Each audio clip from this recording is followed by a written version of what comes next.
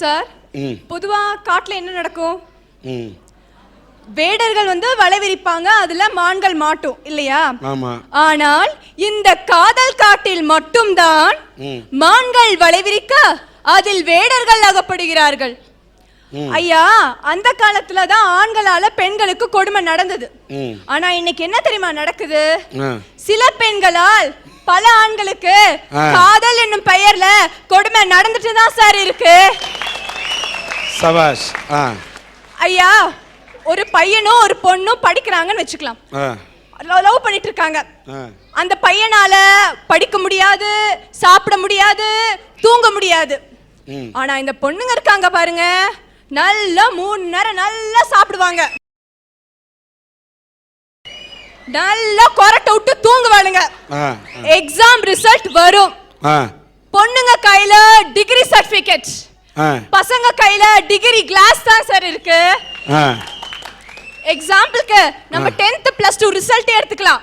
பொண்ணுங்க தானே சென்டம் அடிக்கிறாங்க, பசங்களை எங்க படிக்க விடுறாங்க? அதனால தான் பொண்ணு மேல வைக்காத ஆசைன்னு சொல்லி நான் பேச வந்திருக்கேன். சொல்லுமா. பொண்ணாவது ஒரு பையனை பார்த்து என் பின்னாடி சுத்து, படிக்காத அப்படின்னு சொல்றாளா? நீங்களா சுத்துவீங்க, அப்புறம் நீங்களே சொல்லுவீங்க.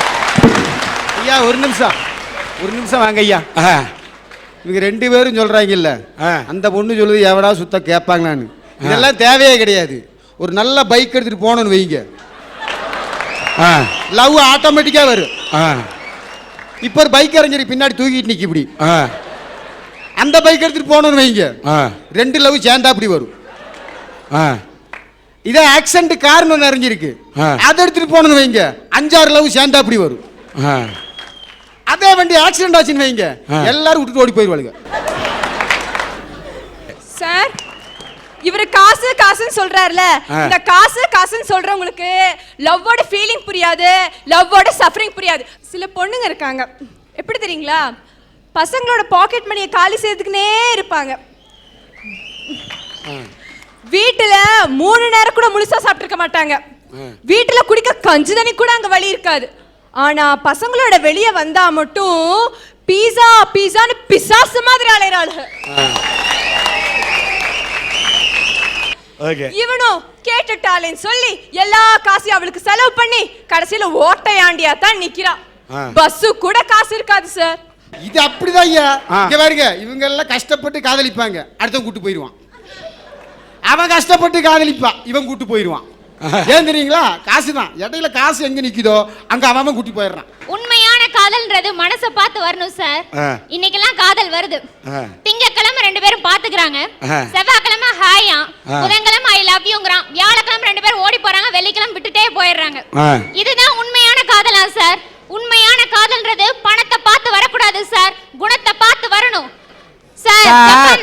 அதான் நான் சொல்றேன், ஞாயிறு என் மேனி என்றால் திங்களவள் செவ்வாயில் முத்தமிட்டேன், புதன் வியாழன் பேசினோம், வெள்ளி எனுமின் ஓடினோம், பிறகுதான் தெரிந்தது அவள் சனி என்று.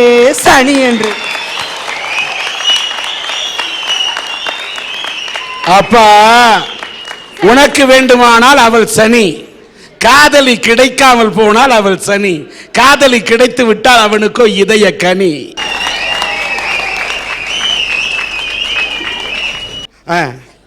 சார், இந்த பொண்ணுங்க வீட்ல பேசுறத பாத்திருக்கீங்களா? ஏய் குந்துமே, துண்ணியா, போனியா, வந்தியா, கம்மன் உட்காரு, குந்து, இப்படிதான் பேசுவாங்க. ஆனா பசங்களோட வெளியே வந்தா மட்டும் என்ன மாதிரி இங்கிலீஷ் பேசுவாங்க தெரியுமா சார்? வெறும் 2 வார்த்தை தான் தெரியும். எப்படி? ஹாய் ஹலோ, ஹாய் ஹலோ, இந்த 2 வார்த்தையை வச்சு கலக்குவாங்க பாருங்க. கலக்கோ கலக்குன்னு கலக்குவாங்க. ஏமா ஒரு நிமிஷம், ஹாய் ஹலோ அப்படி 2 வார்த்தை பேசுறதுக்கு இப்படி அலைன்னு அலைறானா? அவன் 200 வார்த்தை பேசுனா இவன் என்னம்மா வா? நல்ல வேலை 2 வார்த்தையோட நிறுத்தினாலே அந்த பொண்ணுன்னு நான் சந்தோஷப்படுறேன். ஐயா, தமிழ்ல எவனாவது நான் உன்னை காதலிக்கிறேன்னு சொன்னா நேரம் அவனை கீழ்பாக்கத்துல கொண்டு விடுவாங்க. சார், நான் சொல்ற சம்பவம் எங்க ஊர்ல நிஜமா நடந்தது. ஒரு பையனும் ஒரு பொண்ணும் லவ் பண்ணாங்க. வீட்ல தெரிஞ்சிச்சு ஓடி போய் கல்யாணம் பண்ணிக்கிட்டாங்க. அடுத்த நாள் போலீஸ் ஸ்டேஷனுக்கு தஞ்சம் தேடி வந்தாங்க. அந்த பொண்ணு அவங்க அம்மா பேச்ச கேட்டுட்டு நீ எனக்கு வேண்டாம் சொல்லி அவனை உதறி தள்ளிட்டு போயிடுச்சு. இந்த பையனுக்கு அந்த தோல்வி தாங்க முடியாம பிளேட் எடுத்து அவனுடைய நரம்ப கட் பண்ணிக்கிட்டான். ஆனா கஷ்டப்பட்டு அவனை நாங்க ஹாஸ்பிட்டல் சேர்த்துட்டோம். ஹாஸ்பிட்டல்ல அவனுக்கு கையில 6 தையல் போட்டிருந்தாங்க. நாங்க வெளியே இருந்த அந்த நேரம் பார்த்து அந்த பையன் அந்த தையலை பிரிச்சு விட்டுட்டான். டாக்டர் சொல்லிட்டார் நரம்பெல்லாம் சுருண்டு போயிடுச்சு, இனிமே இந்த லெஃப்ட் ஹேண்ட் அவனுக்கு விளங்காதுன்னு சொல்லிட்டான். அவனால தாங்க முடியல சார். நான் போய் கேட்டேன் ஏன்டா இப்படி போய் செஞ்ச அப்படின்னு கேட்டதுக்கு அவன் என்ன தெரியுமா சார் சொன்னா, காலப்போக்குல எங்க அம்மா முகத்தை பார்த்தோ எங்க அப்பா முகத்தை பார்த்தோ நான் அந்த பொண்ணை மறந்துடுவேன், அவளை மறக்க கூடாதுன்னா இந்த கையை பார்க்கும் போதெல்லாம் அவளை ஞாபகப்படுத்தும், நான் அதனாலதான் இந்த மாதிரி செஞ்சேன்னு சொன்னா சார் அவன். சார் எந்த தோல்வியை வேணாலும் ஈடு கட்டிடலாம், ஆனா அந்த மனசுல விழுந்த அந்த முதல் காதல் தோல்வி இருக்கு பாருங்க, அதை எதை வச்சாலும் ஈடு கட்ட முடியாது சார். இங்க இருக்கவங்க எல்லாத்துக்கும் ஒண்ணு சொல்றேன், உங்க வலது கை எடுத்து உங்க மார்பு மேல வச்சுட்டு கொஞ்சம் அந்த முதல் காதலை யோசிச்சு பாருங்க. முதல் காதலும் ஞாபகம் வரும், அந்த முதல் காதலியும் ஞாபகம் வருவா, அந்த காதலியால உங்க மனசு பட்ட தோல்வியும் ஞாபகத்துக்கு வரும் சார். அது ஒரு முள்ளு மாதிரி உங்க மனசுக்குள்ள இருந்து குத்தி குத்தி குத்தி உங்க மனசைய ரணமாக்கிடும். அவன் லவ் பண்ணும்போது அந்த பொண்ணு மேல முழுசா நம்பிக்கை வச்சிடுறான். இவதான் என்னுடைய வாழ்க்கை துணைவி, இவதான் என்னுடைய வெள்ளி குத்து விளக்கில் விளக்கேற்ற போறவன் அவன் நினைக்கிறான். ஆனா அவ வெள்ளி இல்ல, வெள்ளி கடுத்துவர் சனி. அந்த சனி பாதியில டாட்டா காமிச்சிட்டு போகும்போது அவனோட நம்பிக்கை அங்க அழிஞ்சு போகுது. அவன் தோல்விக்கு தள்ளப்படுறான். கடைசியில தோல்வியின் உச்சகட்டமான விரக்திக்கு போய் அவன் சூசைட் பண்ணிக்கிறான். சூசைட் பண்ண தைரியம் இல்லாதவெல்லாம் நடப்பினமா அடைஞ்சிட்டு இருக்கிறான். எல்லாரும் காதல் படம் பார்த்திருப்பீங்க, அதுல எப்படி பரத் பைத்தியக்காரனால அந்த மாதிரி. சார் சார் உண்மையான காதல்ங்கிறது எங்க இருந்தாலும் வாழணும், நல்லா இருக்கணும்னு நினைக்கும் சார். இப்போ ஒரு சப்போஸ் ஒரு பையனோ ஒரு பொண்ணோ லவ் ஃபெயிலியர்னால பிரிஞ்சுட்டாங்க, ஆனா அந்த பொண்ணோ அல்லது பையனோ எங்க இருந்தாலும் நல்லா இருக்கணும்னு நினைக்கிறாங்க பாருங்க, அதுதான் சார் உண்மையான காதல். ஒரு நிமிஷம் சார். சார் ஒரு பொண்ணு ஒரு பையன் கூட சுத்தும் போது, சினிமா பார்க்கும்போது, எஸ்எம்எஸ் அனுப்பும்போது, ஃபோனில் பேசும்போது, அப்பா அம்மாவுக்கு தெரியாமல் அவனை சந்திக்கும் போதெல்லாம் அவளுக்கு அது தப்பா தெரியாதா சார்? அவங்க அப்பா அம்மா திட்டுவாங்கன்னு அப்ப தெரியாதா சார்? அதை ஏமாந்து அவனுடைய உள்ளமெல்லாம் வெந்து போய் நொந்து போய் அவன் இதய காயமா இருக்கும்போது வசந்த மாளிகை சிவாஜியா சார் எங்கிருந்தாலும் நல்லா இருன்னு வாழ்த்துறதுக்கு காதல் சார், ரியல் லைஃப் சார். அம்மா எந்த பொண்ணும் எந்த பையனும் காதலிக்கும் போது தான் காதல் தோல்வி அடையும் நினைச்சு காதலிக்க மாட்டாங்க. எப்படியாவது வாழ்க்கையில சக்சஸ் ஆகணும்ங்கிற நம்பிக்கையில தான் காதலிப்பாங்க. அப்படி ஒருவேளை ஆயிட்டா கூட எங்க இருந்தாலும் நல்லா இருக்கணும்னு நினைக்கிறாங்க பாருங்க, அதுதான்மா உண்மையான காதல். சார் இந்த பொண்ணுங்க இருக்காங்க பாருங்க, செல்போனை வச்சுப்பாங்க. அது எந்த மாதிரி தெரியுமா, இந்த 10 ரூபாய்க்கு 3 போட்டு வைக்கிறாங்களே அந்த மாதிரி இருக்கும். இதுல ₹1 இன்கமிங் வச்சுக்கிட்டு பசங்களுக்கு மிஸ் காலா விட்டுட்டு இருப்பாங்க. நம்ம பசங்களும் அந்த மிஸ் கால் அட்டெண்ட் பண்ணி ஆகணுமேன்றதுக்காக அம்மா கடுகு டப்பால இருந்து திருடுறது, அப்பா பாக்கெட்ல இருந்து திருடி அவனோட காதல் டாப்பா இருக்கணும்ன்றதுக்காக டாப் ஆஃப் கார்டு போட்டு போட்டு அவனோட டாப் எகிரி போயிடுது. நான் ஒன்னு சொல்றேன், எந்த காதலி தன்னுடைய காதலனுக்கு மிஸ்டு கால் அனுப்புறாளோ அது மிஸ்டு காலா இருக்காது, மிஸ்டு காதலா தான் இருக்கும். இந்த கருத்தை திரும்ப நான் உனக்கு சொல்றேம்மா பாப்பா, பொண்ணுங்க மட்டும்தான் மிஸ் கால் கொடுக்குறாங்களா? எத்தனை பசங்க மிஸ் கால் கொடுத்து குழப்பம் நடத்திக்கிட்டு இருக்கான். ஆக இந்த மிஸ் கால் கொடுக்கிறது ஆணுக்கும் உண்டு பெண்ணுக்கும் பழக்கம் உண்டு, இதான் உண்மை. சோ காதலை விடும் ஆண்களே ஜாக்கிரதை, உங்க காதலி உங்களுக்கு மிஸ் கால் அனுப்புறானா உங்க லைஃப் அவ மிஸ் பண்ண போறான்னு அர்த்தம். சோ ஜாக்கிரதை ஜாக்கிரதை ஜாக்கிரதை. சார் வாழ்க்கையே ஒரு போர்க்களம், வாழ்ந்துத்தான் பார்க்கணும், போர்க்களம் மாறலாம், போர்கள் தான் மாறுமா? இதுக்கு என்னங்க சார் அர்த்தம்? இன்னைக்கு ஒரு பிரச்சனை வரும், நாளைக்கு ஒரு பிரச்சனை வரும். பிரச்சனை எண்ணிக்கை ஒண்ணுதான், ஆனா அது வர விதத்தான் சார் வேறு. இதனால மனுஷன் தோல்வி கண் எண்ணிக்கை துவளக்கூடாது சார். சார் இன்னைக்கு நம்ம வாழ்க்கையில நம்ம எத்தனை போர்கள் நம்ம சந்திச்சுட்டு வரோம்.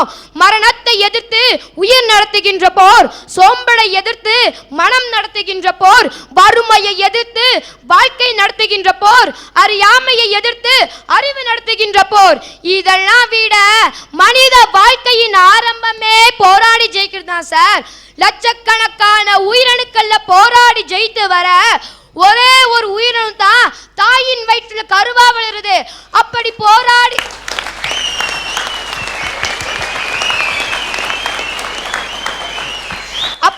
போராடி ஜெயித்து பிறந்த மனுஷன் தோல்வி கண்டு எனக்கு துவளக்கூடாது சார்.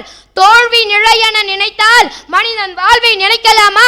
நினைக்கவே கூடாது சார். வெற்றி என்பது பெற்றுக்கொள்வது, தோல்வி என்பது கற்றுக்கொள்வது சார், கற்றுக்கொள்வது. எட்டயபுரத்துல ஒரு கவிதை போட்டி நடந்துச்சு. அதுல அப்ப நம்ம மகாகவியர் பாரதியாரும் கலந்துக்கிட்டாரு. அன்னைக்கு அவர் என்ன கவிதை தெரியுமா சார் எழுதினாரு? இன்னைக்கு தமிழ்நாடே தமிழுடைய பெருமையை கூறியிருக்கிற அந்த செந்தமிழ் நாடேனும் போதினிலே இன்ப தேன் வந்து பாயுது காதினேன்னு எழுதினாரு சார். அந்த கவிதைக்கு அவருக்கு அன்னைக்கு 3வது பரிசு தான் கிடைச்சிச்சு சார். அதே மாதிரி தானே முதல் பரிசு 2ஆம் பரிசு வாங்கினாங்க. அந்த கவிஞரோட பெயர் இன்னைக்கு நம்ம கிட்ட இருக்கா இல்ல கவிதை தான் இருக்கா? ஆனா நம்ம மகாகவி பாரதியார் மட்டும் இன்னைக்கு எப்படி சார் நம்மளுடைய கவிதைகள் கூட வாழ்ந்துட்டு வராரு? அவர்கிட்ட விடா முயற்சி இருந்துச்சு, தன் நம்பிக்கை இருந்துச்சு, அதனால தான் அவர் முன்னேறி வர முடிஞ்சிச்சு சார். ஒருத்தர் ரயில்வே துறையில கிளர்க் வேலைக்கு அப்ளிகேஷன் போட்டாரு. அந்த அப்ளிகேஷனை வாங்கி படிச்சுட்டு இவனுடைய கையெழுத்தே சரியில்லையே, இவன் எப்படி நம்ம வேலைக்கு உதவான்னு துரத்தி அனுப்பிச்சுட்டாங்க. அன்னைக்கு யாரோடைய கையெழுத்து சரியில்லைன்னு துரத்தி அனுப்பிச்சுட்டாரோ அவர் தான் உலக மக்களுடைய தலையெழுத்தை மாற்றும் அளவுக்கு கருத்துக்களை எழுதி குவிச்சாரு. தொழிலாளர் வர்க்கத்திலேயே ஒரு மாபெரும் புரட்சியை ஏற்படுத்தினாரு காரல் மார்க்ஸ் சார். இங்க இருக்க 16 பேச்சாளரோட கருத்து என்னோட கருத்து உங்க மனசுல இடம் பிடிக்கும். ஏன்னா எனக்கு தன்னம்பிக்கை இருக்கு, நான் போராடுவேன், ஜெயிப்பேன். ஏன்னா என் பேர் சதாம் ஹுசேன். சபாஷ்.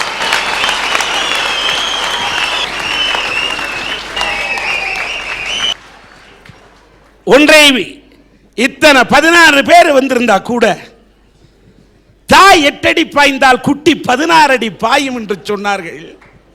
16 பேரிலே நான் புலியாக பாய்வேன் என்று 16 அடி பாய்ந்த சதாம் ஹுசேன். உன்னை பார்க்கக்குள்ள நான் பெருமைப்படுறேன். ஏன்னு கேட்டா தன்னம்பிக்கையை விடாம நான் நினைக்கலாம், தன்னம்பிக்கையை விடாம நான் எடுத்துக்காட்ட அதை பறைச்சாற்ற வந்திருக்கிறேன் என்று பறைச்சாற்றினாயே, உன்னை நான் ஒப்பிட்டு பார்க்கிறேன். சதாம் ஹுசேன் அவன் செய்த சில தவறுக்காக தூக்கிலிடப்பட்டிருக்கலாம்.